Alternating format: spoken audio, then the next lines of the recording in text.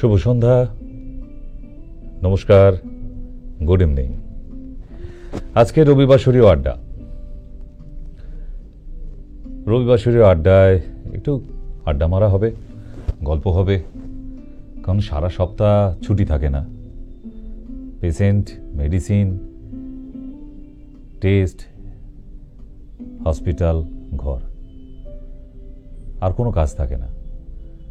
রবিবারেও যে থাকে না তা নয়, এইমাত্র অনলাইন কমপ্লিট হয়েছে, মানে সদ্য আসা পেশেন্টদের দেখার পর। তবে আজকের এই নির্ভেজাল আড্ডায় আপনাদের সঙ্গে অনেকক্ষণ, হ্যাঁ, কারণ এই রবিবারটায় যারা কল করে তাদের সঙ্গে একটু ঠান্ডা মাথায় অনেকক্ষণ কথা বলা যায়। অন্যান্য দুটো ডেট বলতে শুক্রবার আর বুধবার থাকে টক শো, তো এই দুটো দিনে তো প্রেশার আপনারা নিজেরা বোঝেন, কারণ সেই দিনে দর্শকও প্রচুর। কারণ রবিবার আজকে প্রচুর মানুষ বেড়াতে গেছে, একটু কাছে পিঠে কোথাও একটু ফুচকা, একটু এগরোল, একটু কেএফসি, উইকেন্ড, কিছু করার নেই।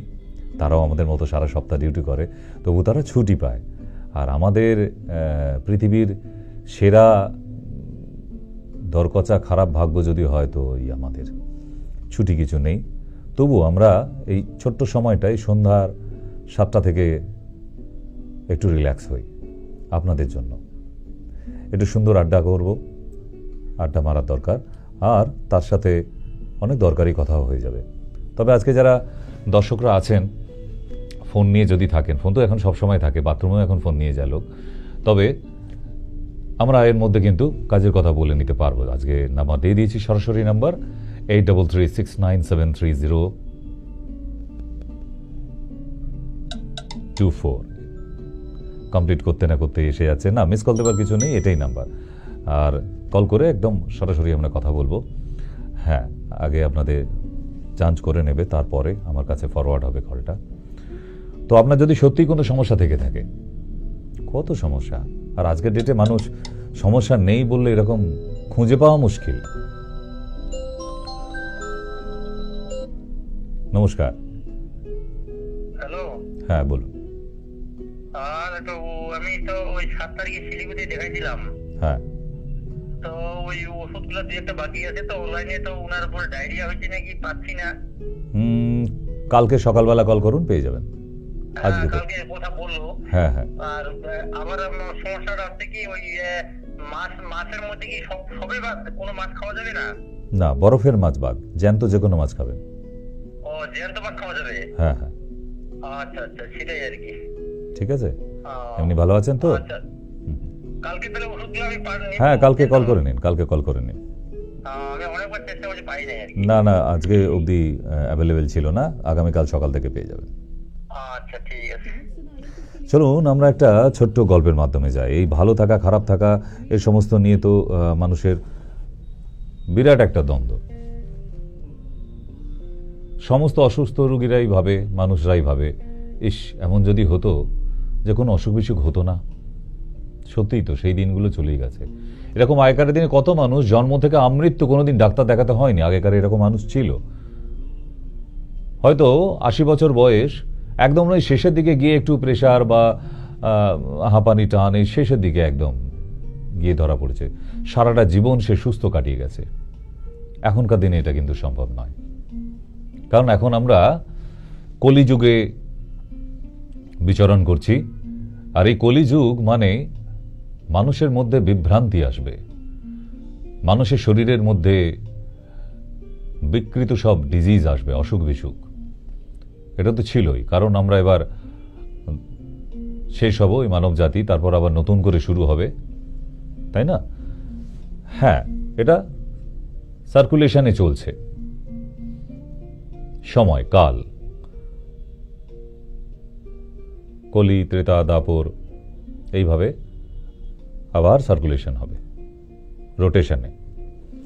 তো এই মানুষ, কিছু কিছু মানুষ ভাবে যে যদি এরকম আমৃত্যু অমর হয়ে থাকতাম, কোনো অসুখ বিসুখ হতো না, হসপিটালে যেতে হতো না, ডাক্তার দেখাতে হতো না। কিন্তু সবকিছু কিছু পেতে গেলে কিছু তো ত্যাগও করতে হয়। কিন্তু আমরা তো সেটা পারবো না। আমরা পারবো ফাস্টফুড ত্যাগ করে থাকতে, বাইরের খাবারগুলি না খেয়ে? যারা ঘরোয়া মহিলা, ঘরোয়া বয়স্ক মানুষ যারা আছে, তারাও আজকাল ফাস্টফুড খেয়ে ফেলছে। মানে এই রকম মানুষ খুঁজে পাওয়া মুশকিল যে ফাস্টফুড খায় না। কারণ আমি তো বারবার বলে এসেছি, যারা আমার অনুষ্ঠানের নিয়মিত দর্শক তারা অন্তত জানবেন যে মানব জাতির ধ্বংস করার দুটো অস্ত্র তৈরি করে দিয়েছে, মানুষই তৈরি করে ফেলেছে। এক হচ্ছে মোবাইল, দ্বিতীয় হচ্ছে ফাস্টফুড।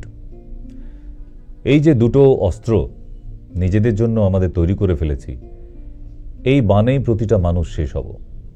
কেউ মোবাইলে শেষ হবে, কেউ ফাস্টফুডে শেষ হবে। ফাস্টফুড মানে আমরা বিরাট স্ট্যাটাসফুল কিছু ভাবি, সত্যিই কি তাই? না, টেল মি, ফাস্টফুড মানে একটু ফাস্টফুড খেয়ে গেলাম মানে একটা হাই স্ট্যাটাস ব্যাপার, মানে আলট্রা মডার্ন, তাই না? না, আমি তো ফাস্টফুড খাস না মানে সমাজে মেলামেশা করতে পারবেন না, এরকম একটা ব্যাপার। জাস্ট মিনিট, কলটা রিসিভ করে নি। হ্যাঁ, নমস্কার। হ্যাঁ নমস্কার, ডাক্তারবাবু বলছেন? বলুন। আমি রানাঘাট থেকে বলছি। হ্যাঁ বলুন। হ্যাঁ, একটা কথা জানতে চাইছি ডাক্তারবাবু, বলছি অ্যাঙ্কোলাইজিং স্পন্ডালাইটিস যেটা, সেটা কি কোনো হাড়ের সমস্যা না রক্তের সমস্যার জন্য হয়? ব্যথা যন্ত্রণার নাম ধরে হাঁটাচলা করা যায় না? এটা বলে দিই, এই রোগটাকে খুব ভালো একটা প্রশ্ন করলেন। এটা নিয়ে অনেকের কোশ্চেন আছে। অ্যালোপ্যাথি সেকশনে গেলেই এক কথায় বলে দেয় না এটা কোনোদিন সারে না, মানে আর কোনো দ্বিতীয় কথা প্রশ্ন করার জিজ্ঞাসার চান্সও দেবে না আপনাকে। প্রথম কথা, না এটা সারে না। আচ্ছা, সারে না তো নর্মাল স্পন্ডালাইটিসও তো সারাতে পারে না, তাহলে অ্যাঙ্কোলাইজিং তো অনেক বড় সড় রোগ। অ্যাকচুয়ালি এই অসুখটা হচ্ছে রোবটিক ডিজিজ, মানে যার মোটামুটি সেকেন্ড স্টেজ বা থার্ড স্টেজে চলে গেছে অ্যাঙ্কোলাইজিং স্পন্ডালাইটিস, তাকে দেখবেন রোবটের মতো হাঁটাহাঁটি করে। আস্তে আস্তে ঘাড় ঘোরাতে পারে না, পিছন থেকে কেউ ডাকলে পুরো বডি ঘোরাতে হচ্ছে। আচ্ছা, নিচু হয়ে কিছু জিনিস কোড়াতে পারে না। আস্তে আস্তে তার শরীরটা স্ট্রং রোবটের মতো হয়ে যাচ্ছে। তার হাঁটা চলার মধ্যে একটা সেই কলের মানুষ মানে যন্ত্র মানবের মতো হয়ে যায়। কারণ কি, আমাদের প্রতিটা হাড়ে যে জয়েন্টে ফ্লুইড থাকে, সাইনোভিয়াল ফ্লুইড, সেই ফ্লুইডটা না আস্তে আস্তে শেষ হয়ে যায়, যার ফলে আমাদের শরীরের এই বোনসের জয়েন্টগুলো আর কলকবজাগুলো নর্মালভাবে প্লে করে না। বুঝতে পারছেন? তো এই যে মানে না, সাইনোভিয়াল ফ্লুইডের, হাড়ের জন্য তো দেখুন ভিটামিন D3 তার কমবেই। এটাকে বলা হয় সাইনোভিয়াল ফ্লুইডটা তার শরীর থেকে কমে যায়। এটা আমি মাসেলের সমস্যাও বলবো না, নার্ভের সমস্যাও বলবো না, কারণ নার্ভের জন্য হলে আরো অন্যান্য অনেক সমস্যা দেখা দেবে। এতে যে সাইনোভিয়াল ফ্লুইডটা একদম শুকিয়ে যাচ্ছে ওই মানুষটার, আস্তে আস্তে সে রোবটের মতো স্টিফ হয়ে যাচ্ছে, তার কোনো অঙ্গ প্রত্যঙ্গ আর বেঁকছে না, একদম স্ট্রেট সোজা। আমার কাছে এরকম 4 স্টেজ রোগীও ছিল কৃষ্ণনগরে। মিঠুন নাম তার, ছেলেটির বয়স 23 বছর। তো সে না, তার বাবা মা আর এক ছেলে তাকে ওই গাছের পাটাতনের মতো ধরে বিছানায় শুয়ে দিত, আবার দাঁড় করিয়ে দিত। সে পটি করা, বাথরুম করা কোনো কারণে সে বসতেও পারতো না, আর কোমর ভাঁজও হতো না। বোঝা গেছে? তো এইটা 4 স্টেজ চলে যাওয়া মানে কিন্তু তার অনেক খারাপ হয়ে যাওয়া, সেখান থেকে ফিরিয়ে আনা খুব কষ্টকর। তাই এই ধরনের সমস্যা যখনই দেখবেন ঘাড় থেকে এটা ম্যাক্সিমাম শুরু হয়, ম্যাক্সিমাম পেশেন্টের দেখেছি, কারোর আবার কোমর থেকেও শুরু হয়। যখনই দেখবেন এই ছেলেবি 27 পজিটিভ হয়েছে, আমি তো বলবো ইমিডিয়েট কোনো ভালো ডক্টরের সঙ্গে কনসাল্ট করুন। এবং হ্যাঁ বলুন। হ্যাঁ বলছি দাদু, যে অ্যাঙ্কোলাইজিং যে স্পন্ডালাইটিস হয়েছে, এটা মানে PL27 পরীক্ষা করা হয়েছে, ওখানে অ্যাঙ্কোলাইজিং স্পন্ডালাইটিস লেখা আছে, শুধু পজিটিভ দেখাচ্ছে। আপনি বলবেন ওটার ভলিউম টেস্ট বলবেন। শুধু পজিটিভ নেগেটিভ দেখলে তো আমরা বুঝতে পারবো না কতটা আছে অ্যাঙ্কোলাইজিং। এমআরআই তে কি বোঝা যাবে এটা?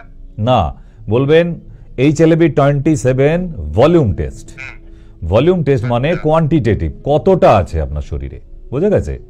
শুধু নেগেটিভ পজিটিভ না, কতটা আছে। তাহলে ট্রিটমেন্ট করতে করতে আপনি আবার 3 মাস পর টেস্ট করে বুঝতে পারবেন যে এতটাই ছিলাম, আমি এতটাই কমেছি। আমরা তো সেভাবেই রেশিও করি না। ভলিউম টেস্ট মানে বলবেন কোয়ালিটেটিভ না। এই পজিটিভ নেগেটিভটাকে বলা হয় কোয়ালিটেটিভ টেস্ট, কোয়ান্টিটেটিভ চাই। ঠিক আছে? মানে বলবেন আমাকে সংখ্যায় বুঝিয়ে দিতে হবে ভলিউম টেস্ট, ওর ভলিউম কত আছে। ভিটামিন D3 সেটা কত, 12 না 22 না 28 না 40, কতটা আছে, এই যে আমরা এগুলো বুঝতে পারি। আমি হিমোগ্লোবিন টেস্ট করালে সেখানে দেখবেন 12 দেখাচ্ছে, কারোর 11 দেখাচ্ছে, কারোর 13.5 দেখাচ্ছে, কারোর 15 দেখাচ্ছে, তাই না? তো এই যে এটা হচ্ছে কোয়ান্টিটেটিভ, মানে আপনি নিজে কোয়ান্টিটিটা দেখে বুঝতে পারছেন এতটা আছে। কতটা সেটা জানা যাবে, তাই? রাইট রাইট, এই টেস্টটা করলে আমাদেরও অনেক সুবিধে, যে কোনো ডক্টরের সুবিধা। ঠিক আছে, আচ্ছা বলছি ডাক্তার, এর জন্য কি খাদ্য খাবারের কিছু প্রোটিন ফুড আপনার নেওয়া যাবে না, কোনো প্রোটিন ফুড নিতে পারবেন না। যত শরীরে হাই প্রোটিন হয়ে যাবে তত আপনার সাইনোভিয়াল ফ্লুইড শুকিয়ে যাবে। যেমন মুসুর ডাল, পুঁই শাক, পালং শাক, ঢেঁড়স, সয়াবিন, টমেটো, ছোলা, ছাতু, পনির, এগুলো হচ্ছে হাই প্রোটিন, এগুলো আপনি একদম অ্যাভয়েড করুন। মাছ মাংস ডিমে কিছু যায় আসে না, আপনার মুসুর ডালে যত ক্ষতি হয়ে যাবে পুঁই শাক। মাছ মাংস ডিম রোজ খায় না বাবা, মুসুর ডাল দেখবেন মধ্যবিত্ত বাড়িতে রোজ হচ্ছে, তাহলে প্রোটিন বেড়ে যাচ্ছে। পেঁয়াজ, রসুন, আদা? না, ওতে কোনো প্রবলেম নেই। আচ্ছা আচ্ছা আচ্ছা। আর টক এগুলো খাওয়া যাবে না, তাই তো? তেঁতুলের টক। আচ্ছা আচ্ছা, তাহলে অনেকটা দাঁতের যন্ত্রণা কম থাকবে। হ্যাঁ, মারাত্মক একটা ডিজিজ যাদের অ্যাঙ্কোলাইজিং স্পন্ডিলাইটিস আছে, কারণ আমিও এত বছর ধরে ট্রিটমেন্ট করে আসছি, অনেকে নর্মাল হয়েছে, আবার অনেকে এখনো হয়নি। তবে হ্যাঁ, এখন যে আমাদের পঞ্চকর্মা শুরু হয়েছে, এই পঞ্চকর্মা এবং ওয়াটার থেরাপির মাধ্যমে, ওষুধের সাথে, আমাদের মেডিসিনের সঙ্গে, আমাদের আয়ুর্বেদিক মতে বলছি, নেগেটিভ করা যাচ্ছে, কোনো গল্প কথা নয়। মানে আপনারা আসলে আপনাকে নিউজ পেপারের পেপার কাটিং দেখিয়ে দেব যে আয়ুর্বেদে সম্পূর্ণ নর্মাল হয়ে গেছে। ছেলেটির বয়স বোধহয় 15 বা 16। হ্যাঁ, নমস্কার, বলুন। হ্যালো, হ্যাঁ বলুন।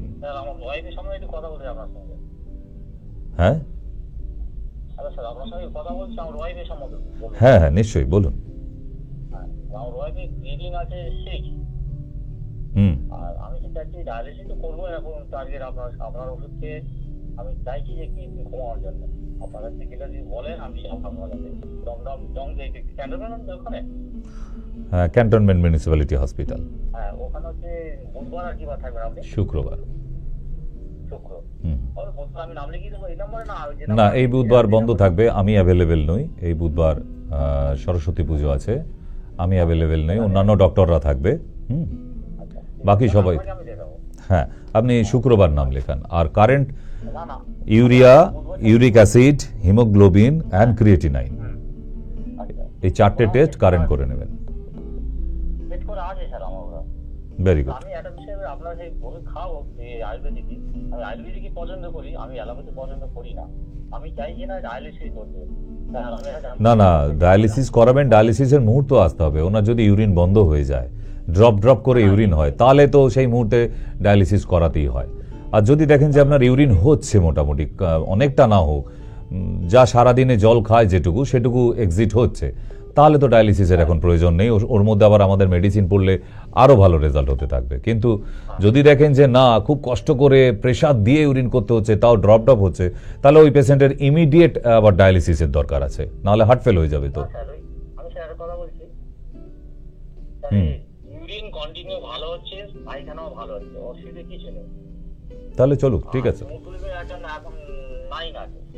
সে আমি তো মেডিসিন দিয়ে দেবো, ওতে তো হিমোগ্লোবিন আবার বাড়িয়ে দেবো। আমি আপনার বিশ্বাসে আমি খাবো, আমি চাইছি ক্রিয়েটিন কমে যাবে, এটা আমার টার্গেট আছে। আপনাদের যাবো না। হ্যাঁ, এটা তো টার্গেট ওটাই, ইউরিনটাকে বাড়ানো হয় যাতে আরো বেশি হয়, তাতেই ক্রিয়েটিনিনটা দেখবেন। আপনি 1 মাস খাওয়ান না, তাতেই তো রেজাল্ট আমরা দেখতে পাবো। ঠিক আছে। হ্যাঁ, তাহলে আর করতে হবে না, ওটা আনলেই হবে। হ্যাঁ, শুক্রবার আসুন। ঠিক আছে, পারলে পেশেন্টকেও নিয়ে আসুন না, মিসেসকেও নিয়ে আসুন, যদি সম্ভব হয় মিসেসকে সঙ্গে নিয়ে আসুন। আচ্ছা আচ্ছা, ঠিক আছে, ঠিক আছে, এসো। আমি আশ্বাস দিই, আমি আপনাদের খাওয়াবো, যাতে আমার কিডনি কমে যাবে, সুস্থ চাই আমি, এই আমার টার্গেট। ওষুধকে ভালো থাকে থাকবো, এটাই হয়। ঠিক ঠিক ঠিক আছে, এসো বাবা। ওকে, নমস্কার।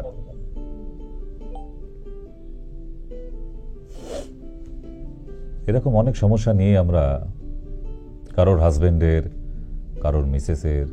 তবে আপনাদের একটা কথা আপনাদের প্রথম থেকেই বলে আসি আমরা, যে আমাদের খাদ্য লিস্ট, যদি সারাদিনে যা খাবার খাই, আপনার কোনো অসুখ নেই, বেশ মেনে নিলাম। আপনি সুস্থ, ভগবান করুক আপনি ভালো থাকুন। কিন্তু তবুও বলবো কোনো ডক্টরের কাছে গিয়ে আপনার প্রেসার আছে কিনা, সুগার আছে কিনা, লিভার ঠিক আছে কিনা একবার টেস্ট করাবেন। করিয়ে আপনার খাদ্য তালিকা কি হওয়া দরকার। দেখুন পৃথিবীতে প্রচুর মানুষ এমন একটা প্রজাতি, সে কুকুরের মাংসও খেয়েছে, কাকের খালি বাদ আছে, কাকের খায়নি, বাকি সব মাংসই খেয়েছে। কুকুর 3 বছর ধরে খেয়েছে মানে আর কি বাকি রাখলো মানব জাতি।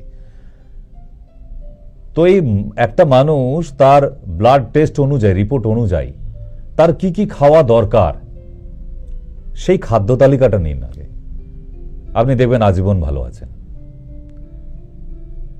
কারণ আমরা মানুষ হয়ে জন্মেছি বলে সব খাবো বলে দুনিয়া আসেনি। সব খাবারটাই আপনার আমার জন্য না, আরো অন্যান্য মানুষ আছে যাদের বডিতে স্যুট হয় তারা খাবে বলে। এরকম প্রচুর মানুষ আছে।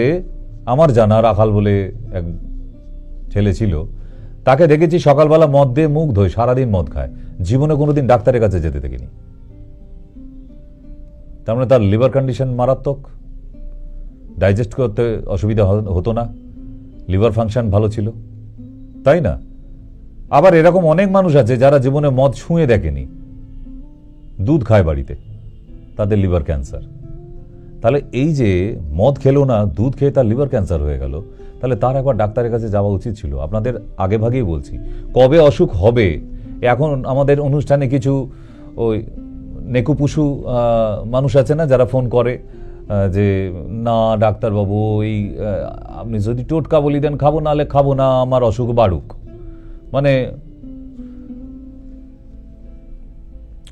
শখের রোগী আর কি, আতসী ফুল বাতাসি, ঠিক? তো সেই মানুষগুলো অসুখ হয়েছে তাও ডাক্তারের কাছে যায় না। আমি যেটা বলতে চেষ্টা করছি সেটা বোঝার চেষ্টা করুন, তাহলেই হবে যে একটা মানুষ তার সারাদিনের খাদ্য তালিকা কি হওয়া দরকার। প্রতিটা মানুষের আলাদা আলাদা হবে, আমরা তো সব একই রকম ফাংশন নিয়ে আসেনি, সবার এক একটা মানুষের এক এক রকম ডাইজেশন পাওয়ার, হজম করার ক্ষমতা। তাহলে সেই মানুষটা যদি একবার মাত্র তার রুটিন টেস্ট, ব্লাডের রুটিন টেস্ট করাবেন একবার, আর ওই রুটিন টেস্টগুলো নিয়ে কোনো ডক্টরের কাছে যান, গিয়ে বলুন যে আমাকে খাদ্য তালিকাটা বানিয়ে দিন স্যার, বাস একবারই ফিস দিলেন, আপনি দেখুন ভালো থাকবেন। কারণ আমরা খেয়ে রোগ তৈরি করি, এই খাওয়াটা লিস্ট আমরা জানি না, এটা তো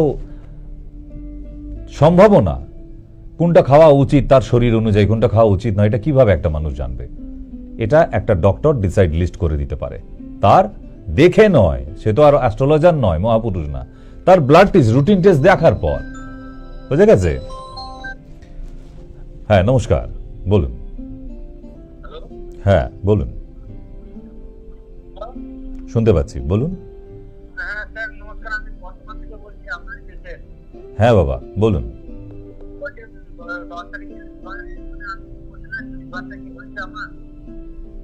10 তারিখে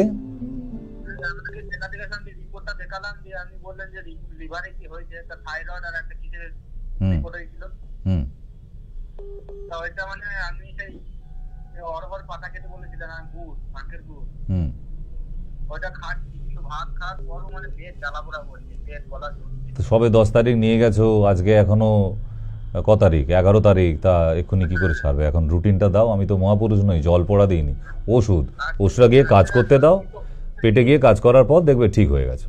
চিন্তা করো, খালি জলটা বেশি খাবে, আর আমি যেরকম নিয়ম বলে দিয়েছি 15টা দিন অন্তত নিয়মটা মানো, তাহলেই হবে। ঠিক আছে, ওকে। হ্যাঁ নমস্কার, বলুন।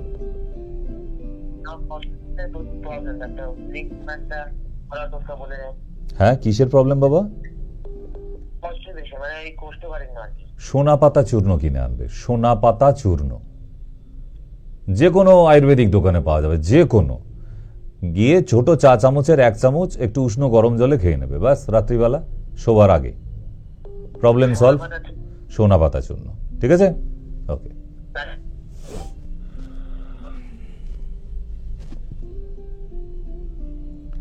তা রবিবারে প্রচুর পুরনো পেশেন্টরা কল করে, ওষুধ বুঝতে না পারলে কল করে নেয়। রবিবারটা আমাদের ছোট্ট একটা আড্ডা, কোনো সিরিয়াস ভয় পাবার কিছু নেই, সাবলীলভাবে কল করতে পারেন। তবে আজকে আমি দেখাতে পারলাম না। আজকে একটি ছোট্ট 5 বছরের একটি বাচ্চা আসে, হ্যাঁ, নমস্কার। হ্যালো ডাক্তারবাবু, নমস্কার ডাক্তারবাবু। নমস্কার মা, বলুন। আচ্ছা শুনুন, আমার না কিছুদিন ধরে গলার একটা প্রবলেম হচ্ছে, বুঝতে পারছেন? না, বুঝিনি এখনো। কি প্রবলেম হচ্ছে বললে বুঝতে পারবো। প্রবলেম হচ্ছে কি গলার মধ্যে কোনো কম আসছে এরকম লাগছে, বুঝতে পারছেন? আর মাঝে মাঝে কফটা পেয়েছি।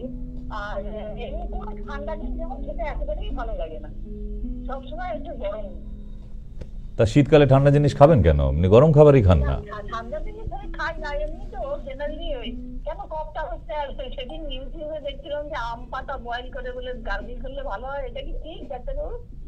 না, ওটা তো প্রেশারের রুগীদের জন্য, আপনার জন্য না তো। ওটা যাদের প্রেশার আছে তাদের জন্য। আপনার জন্য বাসক পাতা গরম করে সিরাপটা খাবেন। বাসক পাতা, আশার পাতা গরম করে হ্যাঁ, 4-5খানা কচি বাসক পাতা আনবেন, আর 1 গ্লাস পুরো জল নেবেন। তার মধ্যে একটু আদা, একটুখানি তুলসী পাতা আর 2টো লবঙ্গ দিয়ে ভালো করে গরম করুন। জলটা দেখবেন বাদামি রং হয়ে গেছে, আর ওই বাদামি যে জুসটা বেরোলো ওইটাকে চায়ের মতো খান। আপনার প্রবলেম সলভ। কোনো ডাক্তার দেখাতে হবে না, ওষুধেরও লাগবে না। ঠিক আছে, চল। তাহলে আমরা একটুখানি গল্পে আসি এবার।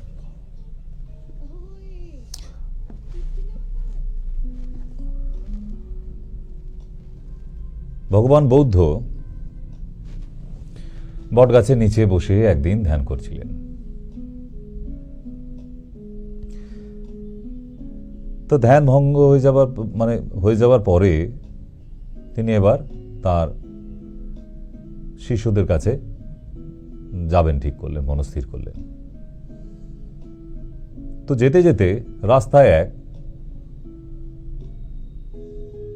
মানুষের সঙ্গে দেখা। অসুস্থ। তা সে অনেকদিন খুঁজে বেড়াচ্ছিল ভগবান বুদ্ধকে, সে অসুস্থ মানুষটা।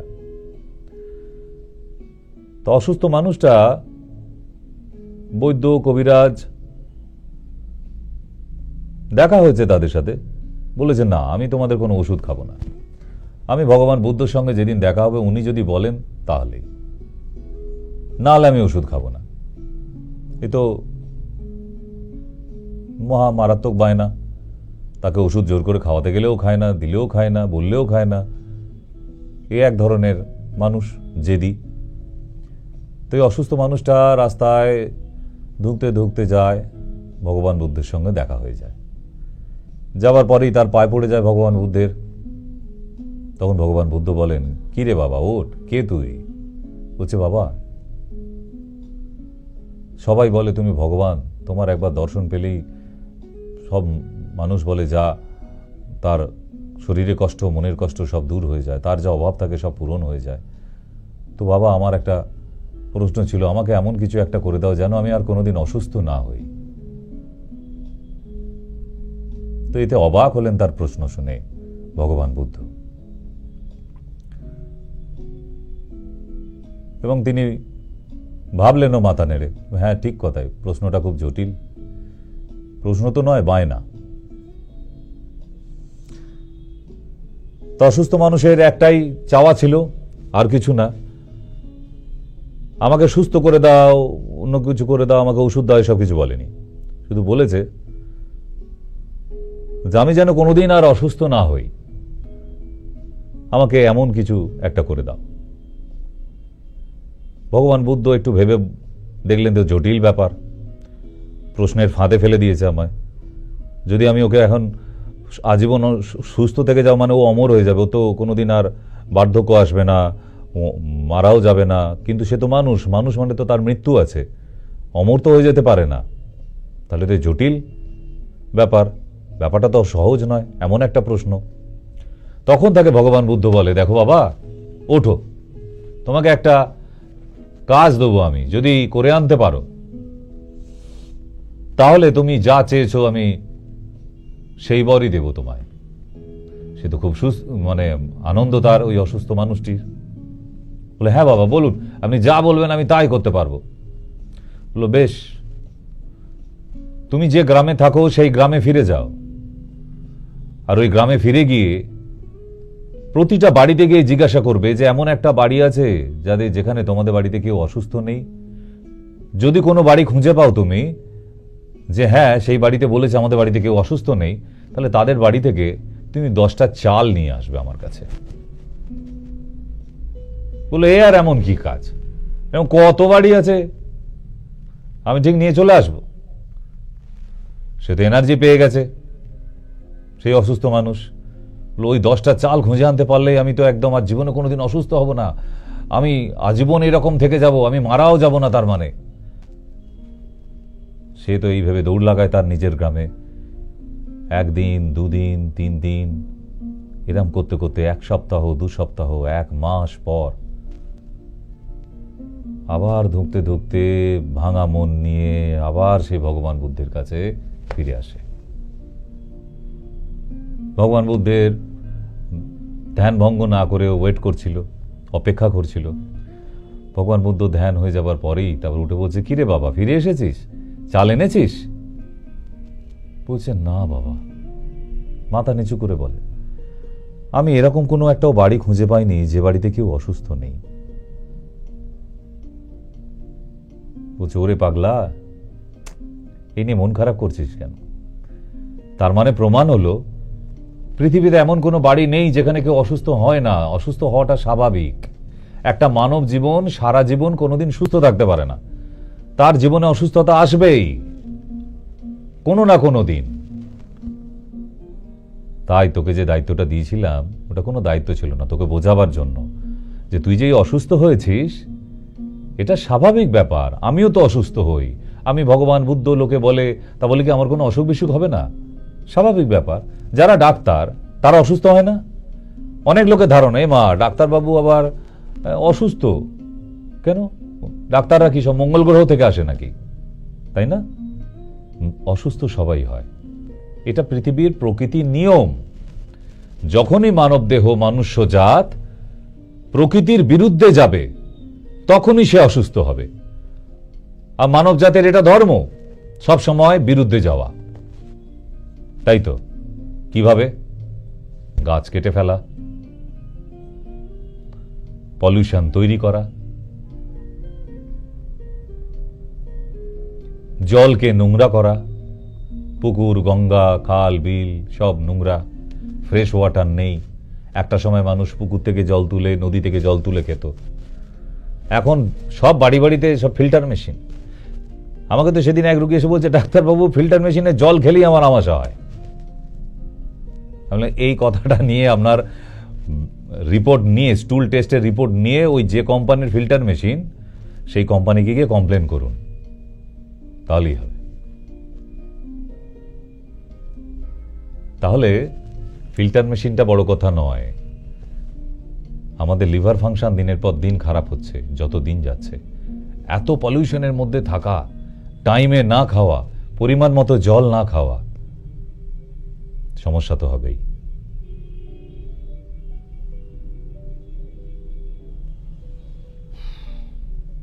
তাহলে বোঝাতে পারলাম মনুষ্যজাত পৃথিবীতে কোনোদিন অমর হতে পারবে না। মনুষ্যজাত জন্ম থেকে মৃত্যু অবধি তার অসুখ বিসুখ হবে, এটা স্বাভাবিক। কত পেশেন্ট আছে এখন এসে বলে, ডাক্তারবাবু আমার তো সুগার কোনোদিন স্যালু নেই, এখন হলো, কেন হলো? আচ্ছা এ কি জবাব দেবেন আপনি? তাকে পুরো মেডিকেল সায়েন্স পড়াতে হবে তো তাহলে। আচ্ছা কোনোদিন যা হয়নি সেটা হবে না, কে কোথায় লেখা আছে? আমরা যখন পৃথিবীতে জন্ম নিই কারোর সঙ্গে এগ্রিমেন্ট করে এসেছিলাম আপনার কোনোদিন অসুখ বিসুখ হবে না, আপনার কোনোদিন টাকা পয়সার অভাব হবে না, আপনার সম্পত্তির অভাব হবে না? কোথাও এগ্রিমেন্ট করে এসেছি? একটা মানুষের আজকে টাকা আছে কাল নেই, কাল যার নেই, আজ যার নেই কিছু তা সে কালকে কোটিপতি হয়ে যাবে। এই পরিবর্তনটাই তো স্বাভাবিক। একই রকম স্মুথ হয়? কোনোদিন আপনি দেখেছেন কোনো একটা মানুষ আজীবন সুস্থতা দিয়ে কাটিয়ে গেছে? কোনোদিন অসুখ বিসুখ হয় না। তাই এই অসুখ বিসুখ হওয়াটা স্বাভাবিক। এটা মনুষ্য জাতির স্বাভাবিক চারিত্রিক বৈশিষ্ট্য। মানুষ মাত্রই ভুল করবেই, এগুলো চাণক্য বলে গেছে। তো মনুষ্য জাতিরই বারবার ভুল হবে, এই নিয়ে মন খারাপ করার তো কিছু নেই। ভুল কাদের হয়? যারা কিছু করে। যারা কিচ্ছু করে না, খায় দায় বাবার হোটেলে বসে আছে আর টিভি দেখে ঘুমায়, ওদের আবার ভুল আবার কি আছে? জীবনে কোনো কাজকর্মই তো করলো না। এখনো কত মানুষ আছে বলুন তো, 40 বছর 50 বছর বয়স হয়ে গেল, বলছে এখনো বাবার হোটেলেই খায়। ওগুলো কুলাঙ্গার, কিছু করেও না, কোনো ভুলও নেই। আপনি কিছু করেন, ভালো কিছু করছেন, তাই তো আপনার ভুল হচ্ছে, এটা তো স্বাভাবিক। আর ভুল হওয়া মানে, আগের দিন কি শিখিয়েছি, ভুল হওয়া মানে আপনি আবার শোধরাবার সুযোগ পেলেন। নো, ভুল মানে তো নো, না হলো একটা, তখন আপনি আবার নিজেকে আরো শক্ত করার সুযোগ পেলেন।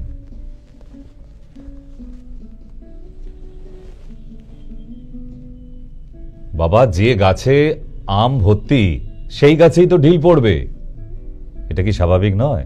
আপনার বাড়ির উঠোনে একটা বড় আম গাছ আছে, জীবনে কোনোদিন আমই হয় না, কেউ ঢিল মারবে? মারবে? আপনার বাড়িতে যদি একটা আম গাছ থাকে, প্রচুর আম হয়েছে, তো একটা ঢিল তো পড়বেই, এটা তো স্বাভাবিক। আপনার বাচ্চা বা আপনি ভালো কাজ করছেন, আপনার জীবনে উন্নতি হচ্ছে, আপনার গাড়ি হচ্ছে, আপনার ব্যাংক ব্যালেন্স হচ্ছে, আপনি নতুন নতুন পোশাক পরে নিয়ে পরিবারকে নিয়ে বেড়াতে যাচ্ছেন, এটা তো স্বাভাবিক। আপনার আত্মীয় স্বজন, আপনার পাশের বাড়ির লোকেরা জেলাসি করবেই। মানে আজকের ডেটের মানুষগুলোর কি ক্যারেক্টার বলি, একটা ফ্যামিলির গাড়ি আছে, সেটা অ্যাক্সিডেন্ট হয়েছে, তাতে যত না কষ্ট পায়, তার পাশের বাড়ির লোকটা যদি একটা নতুন গাড়ি কেনে, তাতে আরো বেশি কষ্ট হয়। বোঝাতে পারলেন? মানে পরের কিছু যদি হয়, তাতে বেশি কষ্ট হয়। একটা ভদ্রলোকের মানি ব্যাগ থেকে টাকা চুরি হয়ে গেছে, তাতে দুঃখ নেই, টাকার ময়লা, আজ গেছে কাল আসবে। আর যদি শোনে পাশে বাড়ির লোকটা লটারি লেগেছে, উরে সর্বনাশ, লোকটার এত টাকা এসে গেল, মানে ওতে আরো কষ্ট হচ্ছে বেশি। কিন্তু তার এটা মানুষের, মনুষ্য জাতের চারিত্রিক বৈশিষ্ট্য। এগুলো তো চাণক্য বলে গেছে যে নিজের ক্ষয়ক্ষতিতে যত না মানুষের কষ্ট হবে, পরের কিছু উন্নতি হলে তার থেকে বেশি কষ্ট হবে। এটা মানুষের চারিত্রিক বৈশিষ্ট্য। আপনি সুস্থ থাকবেন, আপনি ভালো থাকবেন। আমারই কত পেশেন্ট আছে, 15 দিন ওষুধ খাওয়া মধ্যেই দেখছি খুব দৌড়াচ্ছে, পাশে বাড়ির লোকের এসে শুনছে, আরে বাবা দিদি, তুমি তো হাঁটতেই পারছিলে না, বিছানায় বসে বসে কাঁদছিলে, আজকে তো দৌড়াদৌড়ি করছো, কি ওষুধ খাইলা? মানে মানুষটা যে হাঁটছে তাতে আনন্দ নয়, তার ঈর্ষায় জ্বলে যাচ্ছে। ঈর্ষা এ কি? আর 2 দিন বাদে ওই মহিলা ঘাটে যেত, আবার দেখে এখন উঠে দৌড়াদৌড়ি করছে, এটা কি করে হইল? এইটা ত্যাগ করুন প্লিজ। পরের আনন্দে আনন্দ প্রকাশ করুন, এর থেকে ভালো কিছু নেই। আমার ছেলেটা ফেল করেছে তো কি হয়েছে, পাশে বাড়ির ছেলেটা তো ভালো পাস করেছে, আপনি তাকে আরো উৎসাহ দিন। এতে আপনার ছেলেটা ফেল করলেও ভালো মানুষ হবে, সে বড় হলে চরিত্র ভালো হবে তার। কেন? সে এটা দেখলো যে তার বাবা নিজের ছেলে ফেল করেছে বলে কষ্ট তো হচ্ছে, কিন্তু পাশের বাড়ির ওই ছেলেটি পাশ করায় তাকে উৎসাহ দিচ্ছে, আনন্দ দিচ্ছে। এটা তো স্বাভাবিক ব্যাপার। যে ভালো রেজাল্ট করবে, পাশ করবে, তাকে আপনি উৎসাহ দেবেন না, আরো ভালো রেজাল্ট করো বাবা। আর ফেল করেছে তাতে দুঃখ করারই বা কি আছে? আমি তো আবার বলছি, আগের দিন তো শিখিয়েছি আপনাদের যে একবার ফেল করা মানে আপনার ভিতটা মজবুত হলো, আপনি আরো নতুন করে পড়ার সুযোগ পেলেন, এর পরের বারে ডাবল মার্কস আসবে। সেই চেষ্টাটা যদি করেন, আর নাহলে যদি ভাবেন যে আমি ফেল করে গেছি, এবার অ্যান্টিসোশ্যাল হবো, পকেট মারি হবো, তাহলে আর কিছু করার নেই, আপনি খরচার খাতায়। কারণ আমি যে কথাগুলো বলি, যারা নিজেদের পরিবর্তন করতে চায় তাদের জন্য, বাকি যারা ওই জন্য বাবার হোটেলে খাওয়া কিছু লোক মানুষ থাকে তাদের জন্য না। 40-50 বছরও যদি বাবার হোটেলে বসে খেতে হয়, এমন কুলাঙ্গার বাড়িতে আমি হলে পুষতাম না, হারগিজ পুষতাম না। ওটাকে কোনো অনাথ আশ্রমেও পাঠানোর জায়গা নেই, মানে না ঘরকা না ঘাটকা, ওটাকে কোথায় পাঠাবেন বলুন তো? ওরকম একটা কুলাঙ্গারকে দুবেলা বসিয়ে বসিয়ে খাওয়াচ্ছেন কেন? টোটোও তো চালাতে পারে, সবজিও তো বেচতে পারে, কিসের জন্য বসিয়ে খাওয়াচ্ছেন? মান সম্মান চলে যাবে, ওরা মান সম্মান কাঁথায় আগুন, তাই না? বলবেন না শিক্ষিত ছিল, ওরম শিক্ষার কোনো ভ্যালু নেই যে বাবার হোটেলে বসে পড়াশোনা করার পরেও বসে বসে ঘাড়ে বসে খাচ্ছে।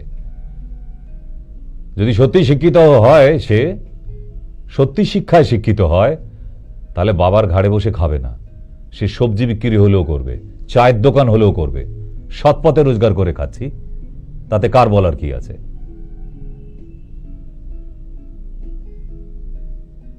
জিনিসগুলো এখানে নেবেন, আমি যেগুলো বলছি। আর যদি এখান দিয়ে ঢুকে এখান দিয়ে বেরিয়ে যায়, তাহলে আপনি যা ছিলেন তাই থাকবেন। আর যদি এখান দিয়ে ঢুকে এখানে রয়ে যায়, তাহলে কালকে সকাল থেকে দেখবেন আপনার পরিবর্তন হচ্ছে। আর এই কারণের জন্য আমার এই শোটা দেখে, আমার ভালো লাগে। কারণ এরপর থেকে আপনাদের সাথে আমার দেখা হবে আমার অনাথ আশ্রমে।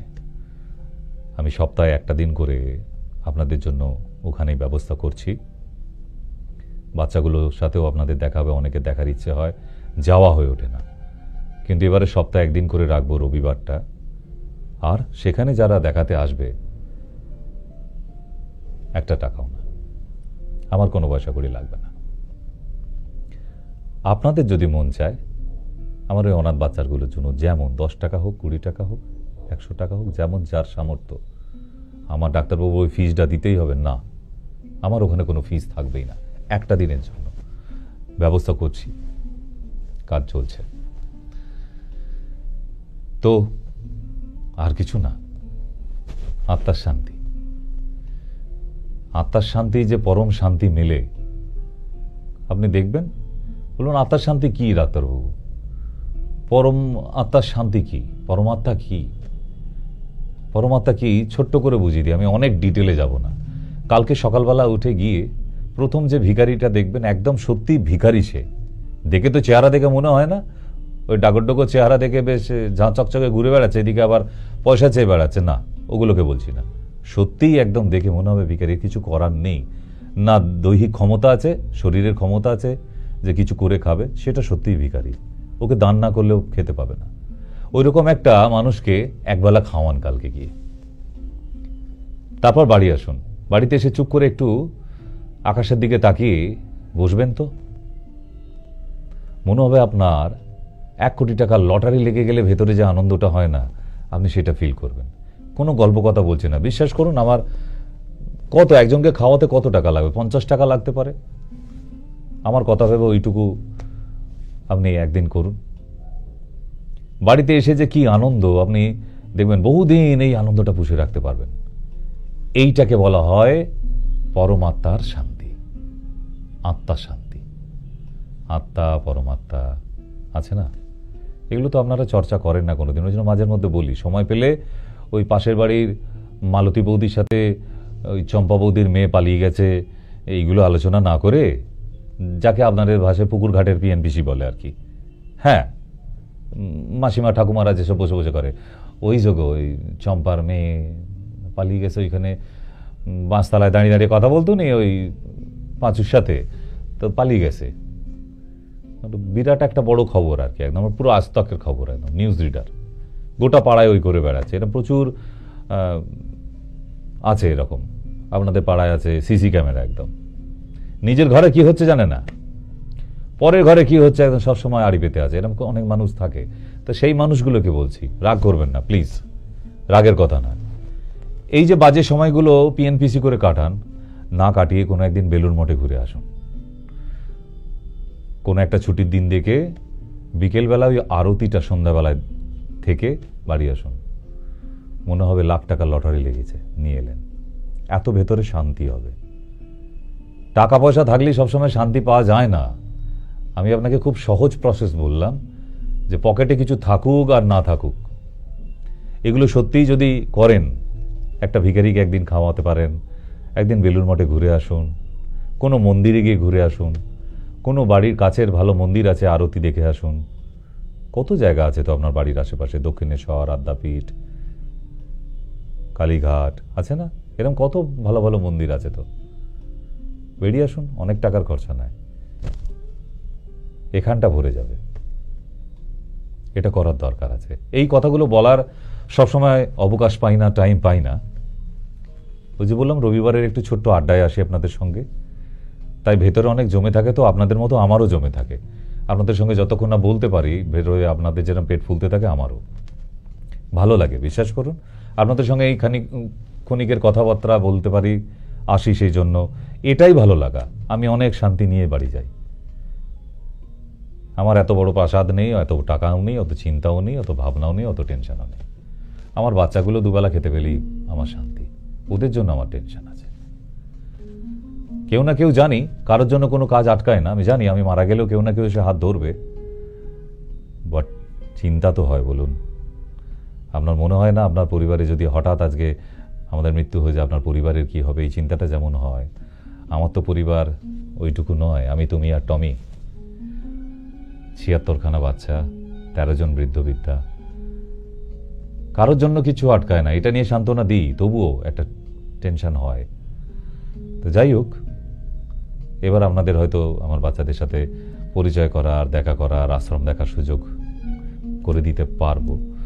কাজ চলছে, যদি সেই ব্যবস্থা হয় তো সব থেকে বেশি আমি হব খুশি। যে ওই একটা দিন আসবেন আপনারা, না কোনো বিনিময় না, আমার কোনো ফিজ লাগবে না, একদম ফ্রি। আর ভাল লাগছে না।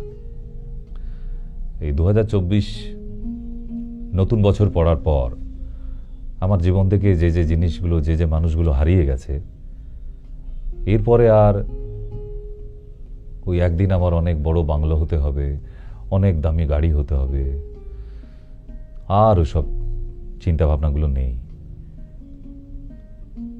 একটা সময় মানুষের এরকম জায়গায় চিন্তা ভাবনা এসে যায়, কারণ যারা হারিয়ে গেছে এই 2024-এর পর থেকে আর মানুষের জীবনের শখ বলে কিছু থাকে না। তবুও আমি বলবো আপনাদের শখটাকে মেরে ফেলবেন না, স্বপ্ন রাখতে হবে।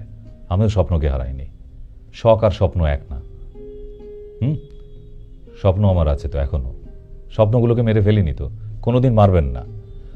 আমার ড্রিম নিয়ে একটা অনুষ্ঠান দেখিয়েছি না আপনাদের, একবার নয় অনেকবার, যে মানুষের স্বপ্ন থাকতে হবে। স্বপ্ন ছোট দেখবো না, স্বপ্ন অলওয়েজ বিগ, বড় দেখুন, তবে ছোটটা পূরণ হয়ে যায়। এমনি মনে নেই সেই গল্পটা? এক মাস্টারমশাই, সময় আছে না? হ্যাঁ আছে খানিকটা, 2 মিনিট টাইম নিই। এটাও খুব সুন্দর গল্প, শুনুন, ভালো লাগবে, কারণ এগুলো সত্য জীবনের সঙ্গে জড়িত। তো আমি যেগুলো বলি একদম নেহাত গল্প না, সত্য ঘটনা। তো এক স্কুল মাস্টারমশাই এসে একটা জলের জগ নিয়ে আসে, বড় জলের জগ, কিছু নুড়ি পাথর আর বড় বড় কিছু নুড়ি পাথর আর ছোট ছোট কিছু নুড়ি পাথর নিয়ে আসে। তো এইবারে ছোট ছোট বাচ্চারা ক্লাসে আছে, খালি জগটা দেখিয়ে বলো এর মধ্যে, এই জগটা মধ্যে কি কিছু আছে? সবাই বলল, না স্যার কিচ্ছু নেই। কিন্তু পৃথিবীর তো কোথাও খালি থাকে না, ওর মধ্যে তো বায়ু ছিল না। তো মাস্টারমশাই বুঝিয়ে বলে, না ভুল বললে তোমরা, পৃথিবীর কোনো জায়গা খালি থাকে না, এর মধ্যে বাতাস ভরে আছে। তো তাই এটা ভর্তি, কিন্তু আমরা চোখে দেখতে পাচ্ছি না, যেহেতু বাতাসকে অনুভব করা যায়, চোখে দেখা যায় না। গাছের পাতা না নড়লে আমরা জানতাম নাকি বাতাস চলছে? তাই চোখে দেখা যায় না। তো এইবারে মাস্টারমশাই টেবিলে জগটা রেখে বড় বড় পাথরগুলোকে জগের মধ্যে ভরে দিল। আবার বাচ্চাদের জিজ্ঞেস করলো, বলো এই জগের মধ্যে আর কিছু ধরবে? সবাই বলল, না মাস্টারমশাই, নুড়ি পাথরে তো ভরে গেছে।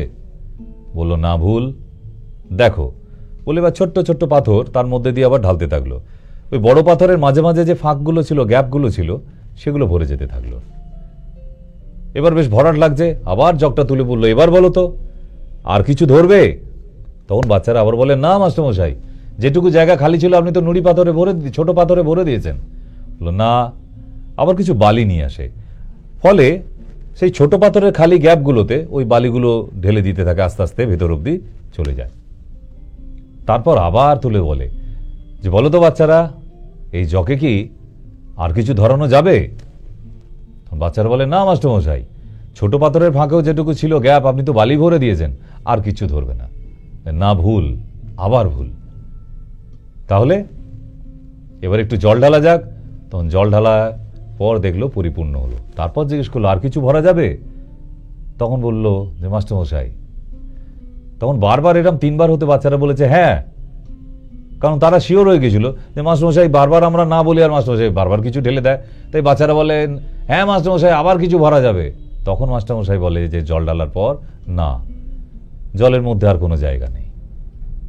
ও ছোট ছোট বায়ুর বাবেলসের যে জায়গাগুলো ছিল সেগুলোও জলে ভরাট হয়ে গেছে। তার মানে বড় পাথর হচ্ছে বড় স্বপ্ন। তো বড় স্বপ্নগুলো দেখলে ওই নুড়ি পাথর, বালি, জল, ছোট ছোট স্বপ্নগুলো এমনিই পূরণ হয়ে যায়, যাই তো। তাহলে বড় পাথরগুলো ছিল বড় স্বপ্ন। বড় স্বপ্ন যদি দেখি আমরা, তার ভেতরে কত কি গেল, ছোট ছোট নুড়ি পাথর, তারপর বালি, তারপর জল। তাই এরকম ছোট ছোট স্বপ্নগুলো, ওগুলো আর দেখতে হবে না, এমনিই পূরণ হয়ে যাবে। তাই যখন স্বপ্ন দেখবেন, বড় স্বপ্ন দেখতে থাকুন। Dreams come true, but always big. এই বড় স্বপ্নটা দেখা জরুরি। গতকাল বোধহয় মাধ্যমিক শেষ হয়েছে। আমার শুভকামনা তাদের জন্য, ভালো রেজাল্ট হোক। এইচএস শুরু হবে, তাদের জন্য শুভকামনা। আমার তো প্রচুর স্টুডেন্ট বন্ধুরা আছে, যারা স্টুডেন্ট আজকে দেখছো, তাদের তো বলে রাখাই আছে, যদি কোনোদিন মনে হয় যে না আমি তোমাদের প্রয়োজনে আসতে পারি কোনো সাবজেক্ট নিয়ে, অলওয়েজ কাম। তাদের জন্য কোনো ফিজ লাগে না, আমার স্টুডেন্টসদের জন্য কোনো ফিজ লাগে না। তারা কনসালটেশনের জন্য আসতে পারেন, নো প্রবলেম। আমার তো ঘোষণা করা আছে টিভি থেকে, তাহলে আর চিন্তা কিসের? কারণ এখানেই তো তোমাদের সাথে যোগাযোগের আমার একটা মাধ্যম। আমি তো আর বাড়ি বাড়ি গিয়ে বলে আসতে পারি না, সে সুযোগও নেই আর সে সময়টাও নেই। কারণ এই বারাসাতের হসপিটাল আর ওদিকের দমদম ক্যান্টনমেন্ট মিউনিসিপ্যালিটি হসপিটাল, এই দুটো, তারপর ডিস্ট্রিক্ট চেম্বার, থামার সুযোগ নেই। একদিনই থামবো, শেষ দিনে, ঠিক। কিন্তু ঘড়ির কাঁটায় এরকম আড্ডা মারতে মারতে, গল্প শুনতে শুনতে কিন্তু আমরা একদম শেষ প্রান্তে এসে পৌঁছে গেছি। তাই বলে দিই, আগামীকাল সোমবার বারাসাত শিশিরকুঞ্জে আছে, কিন্তু পঞ্চকর্মা ভরপুর হচ্ছে আর বাকি ডক্টররা থাকবে। আমি সেদিন থাকি, আমিও থাকি, বাট সোমবারটায় পেশেন্ট দেখা থাকে না, আমি থেরাপির দিকে থাকি। তাই পঞ্চকর্মার জন্য আমি সোমবারটায় সময় দিই। যাদের পঞ্চকর্মা হচ্ছে বা হবে, তারা সোমবার অ্যাটেন্ড করার চেষ্টা করবেন। আমি ওই দিনটা, ওই একটা দিন পেশেন্ট ওপিডি না করে পঞ্চকর্মার দিকে থাকি, ঠিক। তাই কালকে আবার দেখা হচ্ছে ঠিক সন্ধ্যা 7টায়। আজকের জন্য শুভরাত্রি।